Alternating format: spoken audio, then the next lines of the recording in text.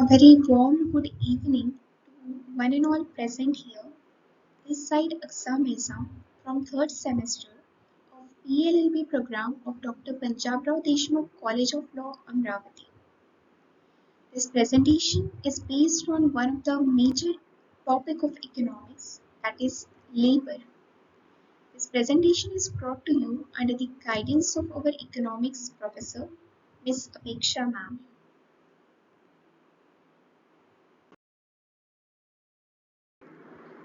This presentation consists of firstly the definition of labor, second its feature, third the concept of division of labor, and lastly the merits and demerits of division of labor.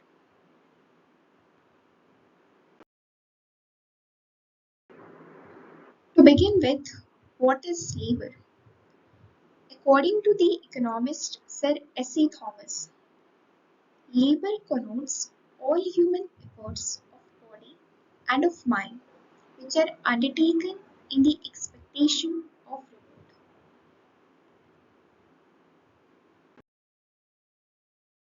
Analyzing this definition, we can conclude 2 points. Firstly, labor in its ambit takes both physical and mental activities. For example, if a worker is working in the factory, it is a physical work. A professor giving lecture in the university is a mental work. Lawyer arguing in the court is a mental work. As per the definition given by S.E. Thomas, labor will consist of both of these activities, that is, physical and mental. Second, that work has to be undertaken in the expectation of reward. It means if something is done for recreation, for own pleasure, it won't come under the ambit of labor. For example, if a singer is singing for his own recreation, it won't be called as labor. But if singing in a concert for some monetary benefit as his livelihood, as his occupation, it will be treated as labor.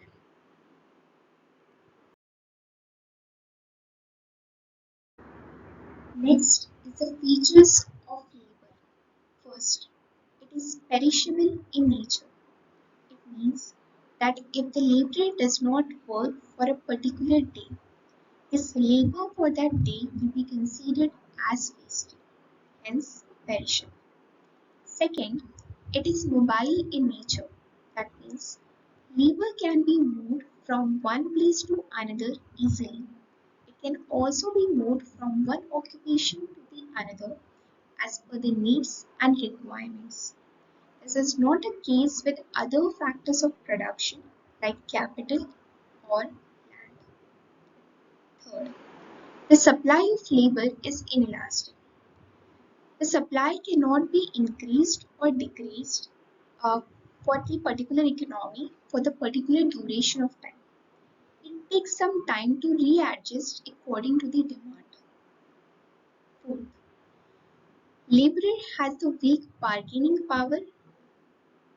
The reason for this might be because of illiteracy of the laborer, the absence of unity among the laborer, or because the employer is well off when compared with the laborer.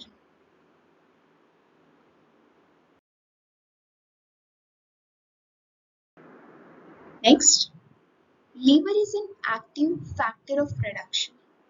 Neither land nor capital can yield much without labor. Next, the laborer sells his labor but not himself. The worker does not sell himself, he sells his labor only. In the days of slavery, the worker can even sold his body to the master, but that is no longer true now. Lastly, the laborer can't be separated from the laborer. His peculiarity is found in labor alone. Capital can be separated from the capitalist, land from the landlord, but labor can't be separated from the laborer.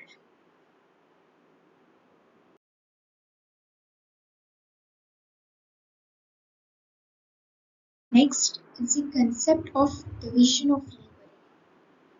Division of labor can be simply defined as splitting up of the work of production into various processes and allotting it to different group of people according to their education, their capacity, their ability, and their training.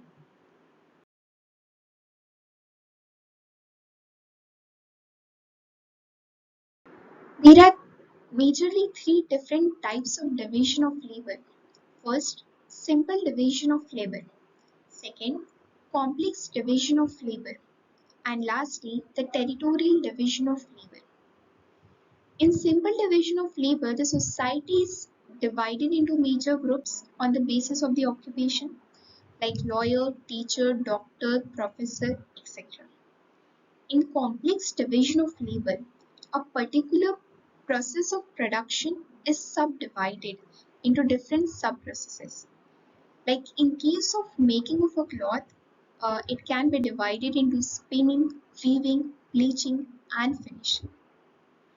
In case of territorial division of labor, this is specialization by a particular group of people of particular locality in the production of some commodities. For example, Punjab is known for the production of wheat and West Bengal for the jute.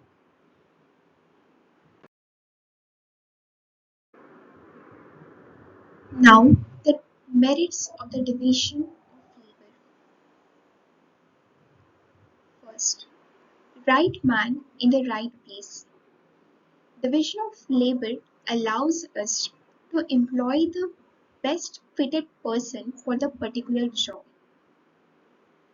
Second, improvement in skills. If the person is doing the same task again and again, it will make him perfect in that particular task and eventually improvement in skills. Less strength. Since the person is doing only a part of the process, his required training in that part only. It will lead to less burden both on the worker and the employee. Inventions. Since the person is doing the same task again and again, he is bound to have some new ideas and it might lead to inventions. Economy of tools. It is no longer required to provide complete set of tools to every person.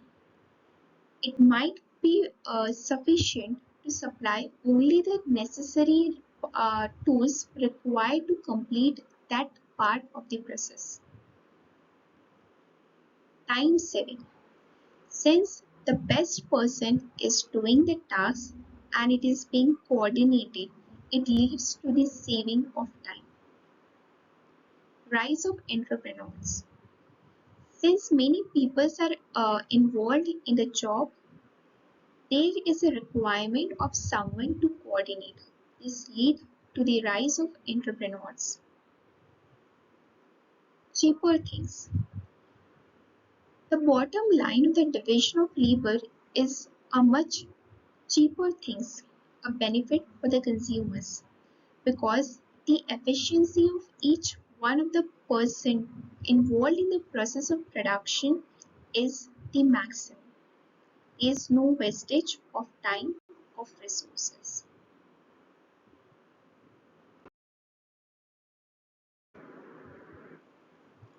Now, the demerits of division of labor. First, monotony. Since the person is doing same tasks again and again, it might lead to mental fatigue and hence monotony. Second, it kills the creative instinct. Since many people are involved in the production of one particular commodity, no one can claim that it is his creation. There is no pride or pleasure in the work, and hence it can be expected that the efficiency of work might be suffered. Third, risk of unemployment. If the person is dismissed from his job, it might be difficult to find another one because he has specialization in one particular part only. If he has specialized, his specialization area was much wider, it might not be difficult to find another job. Fourth one, it checks the development of personality. If the man has been making an 18th part of a pen, he becomes 18th part of a man. A man grows in body and mind to the extent that his faculties are exercised in his job. A narrow sphere of work must check proper physical and mental development of the worker. Next, loss of sense of responsibility. Nobody can be held responsible for the bad production because no one makes the whole article. When the result is bad, everyone tries to shift the responsibility to somebody else. This adds to the difficulties of administration.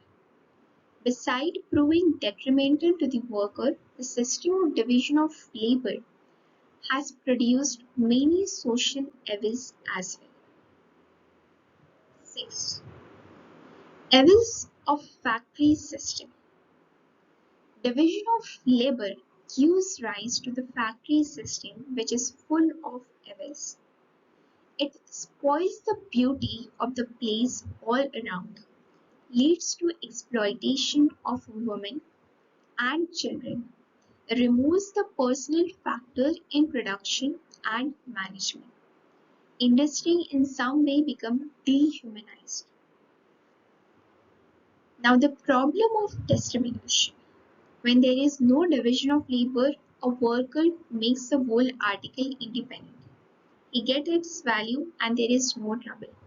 But under the division of labor, many persons contribute to the production of an article. They must receive a due share of the product. It is not easy to determine this share. Thus, the problem of distribution is made difficult. It has been divided the community into two varying camps of capitalist and labor. The gap between the master and the man is growing day by day wider and unbridgeable. Lastly, dependence. The dependence of one country upon the other, which is the necessary consequence of the division of labor, proves dangerous in times of war. This dependence is a result of the territorial division of labor. So following are some of the demerits of the division of labor. But when compared with the merits, obviously the merits outweighs the demerits, and hence division of labor has it it has become desirable. It can no longer be separated.